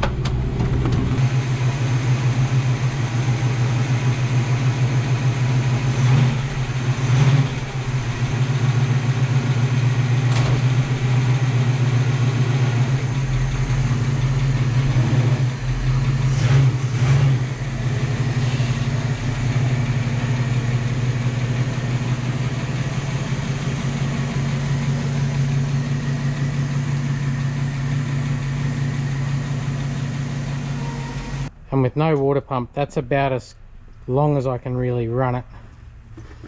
You're really not circulating any water, and that's not even hot, but still you really, oh. And there's my old mate, the compressor. And it's been a little while since my old mate got me.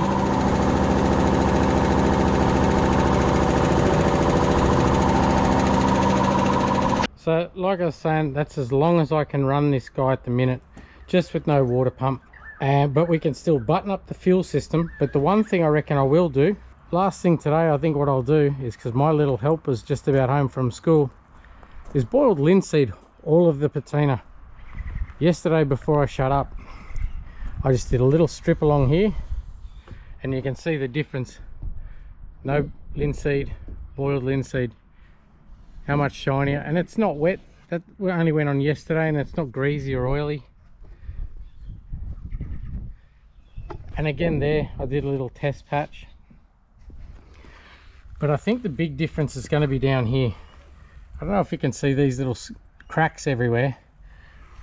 But as you get to about here, all little cracks disappear. That's because I boiled linseeded that corner as well.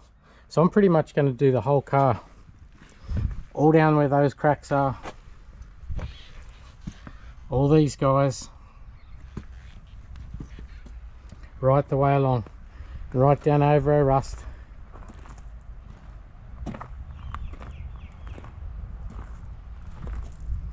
So we'll finish up with that, I think.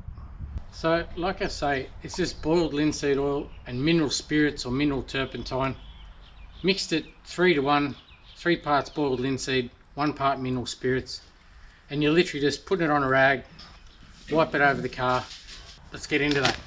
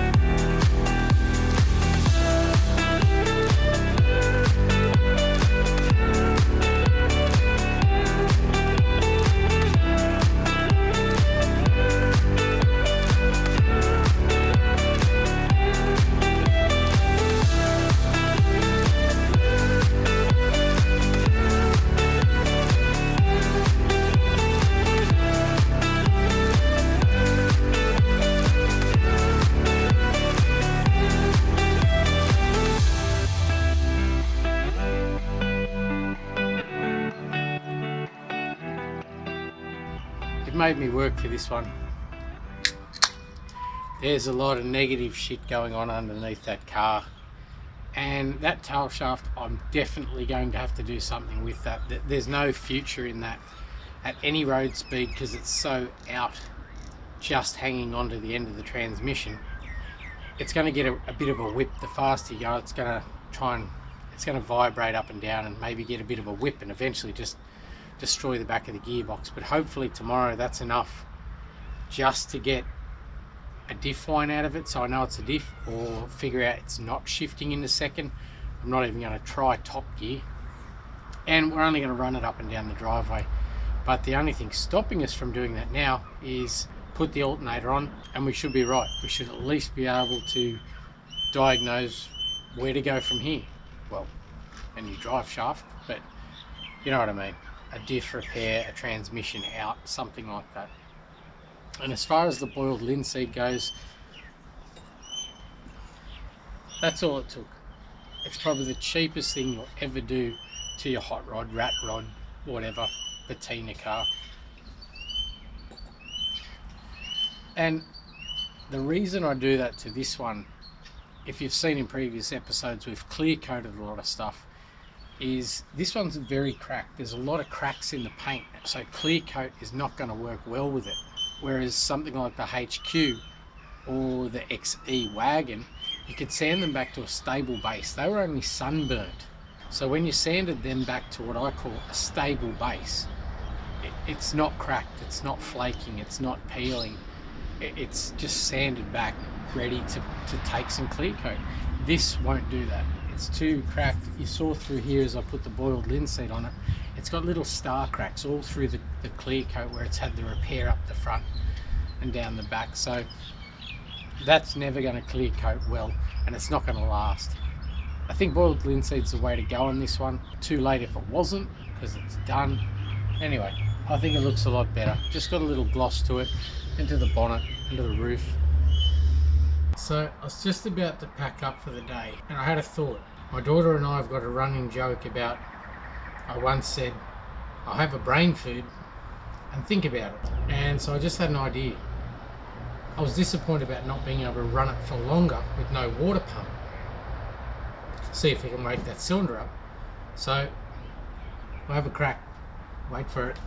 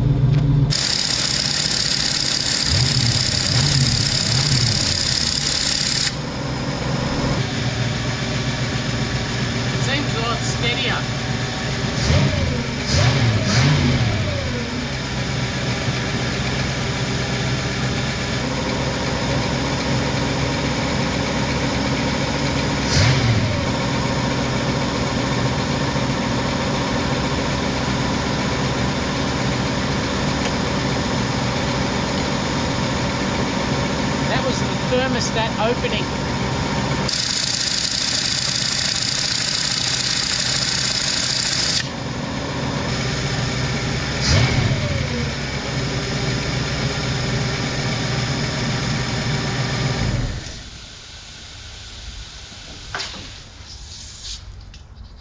We've got all 8 cylinders, and that's just steam off the radiator. That thermostat opened, it's doing everything it should, and I honestly think the mist is gone. So that was probably the most redneck thing you've ever seen. I don't think it's hot at all, to the point where the thermostat opened and I could still touch the water, so that wasn't even hot. But yeah, I reckon we've got all 8 cylinders.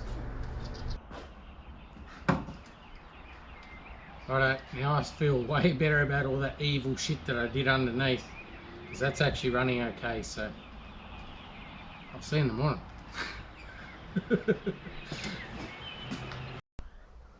So I've got the alternator ready to go on this morning, but have a look at it shining. I really do like that boiled linseed. That costs you basically nothing to do. You use bugger all, and I put that mould on. Don't look close though, it's shitty. It's dented. Look that way, not that way. But all those little cracks are hidden. It's just colour with a bit of a gloss.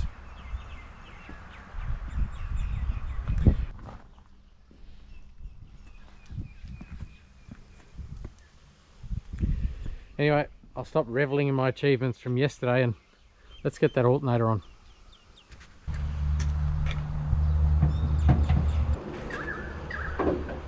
So alternator's on. Oh no, I haven't wired it. Let's connect the wiring up. So chuck this wiring on. Should be right. And then we'll have that terrible sinking feeling when we figure out the diff is destroyed or the transmission doesn't work properly. That looks fine. Power up. That is clearly the wrong battery, because that clamp isn't doing shit. So it's fine. Let's do it. Oh, now the starter decides to pack it in.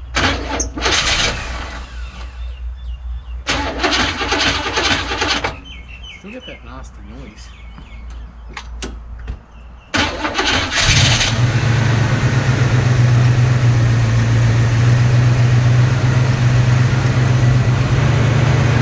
Let's do it.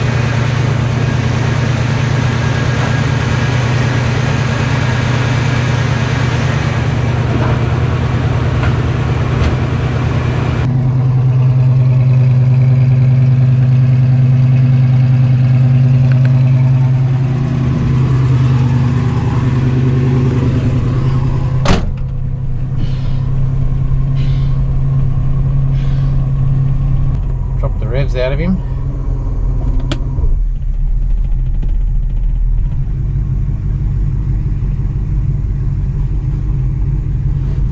Alright, back we go. That sounds like a brake's actually locked on.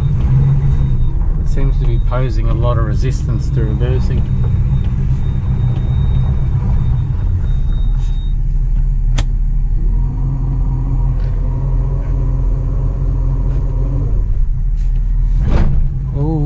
What the?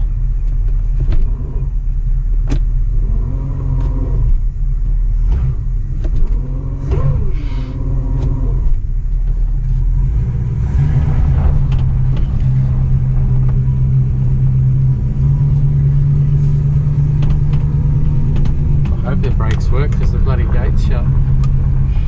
Oh yeah. I think I got one working. I got one left-hand front working.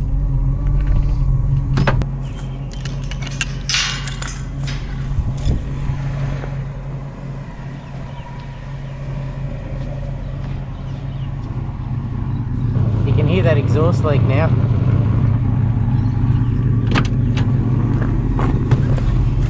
Oh, that's something else I should have done too. Found a steering wheel nut. Never mind.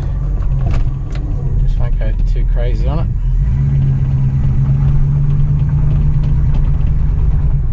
can't hear anything over this door rattling. Oh shit, that's shut now. Surprised I still got a window.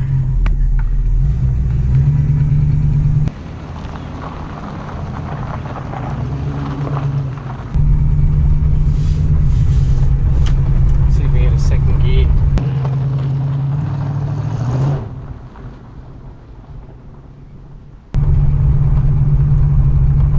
I can't hear anything over the rattles. I don't even know if that shifted second. Power steering works.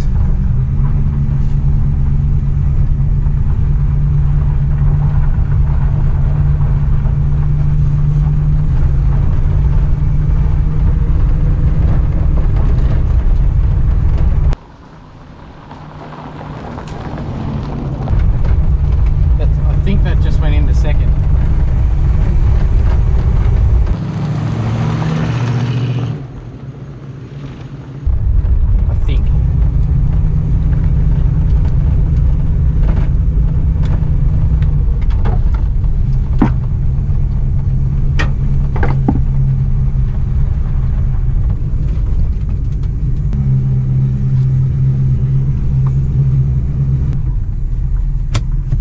Brake's definitely locked on. One is. The minute you back off the throttle, it just wants to stop. Could be worse. Could not want to stop.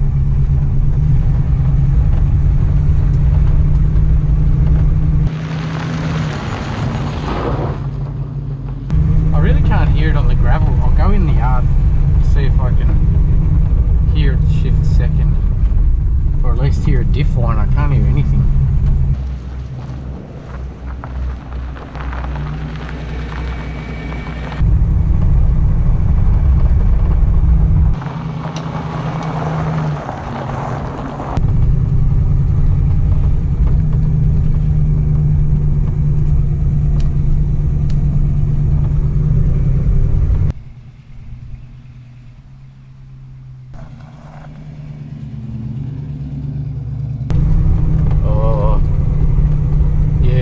I can hear a diff line.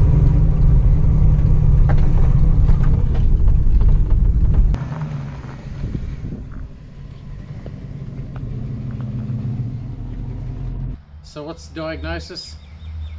I don't have one. I don't think I can get going fast enough to see if it's a diff line, although I think I can hear it grumbling. But then it did neutralize a couple of times just driving along, so it could still be the transmission. Either way, I'm going to ignore it. We'll just keep moving towards putting it back on the road, get another tail shaft, and it'll eventually tell me. So for now, I think that's it, except for one last thing. I can't put up with these wheels. Like I said, I didn't buy anything that this car didn't need, so I didn't go and pay for expensive wheels. So I'm just going to rummage around. I've got a couple of sets of my favourite wheels, and I think I've got some rears that'll work with the offset that this thing needs. So anyway, we'll do that.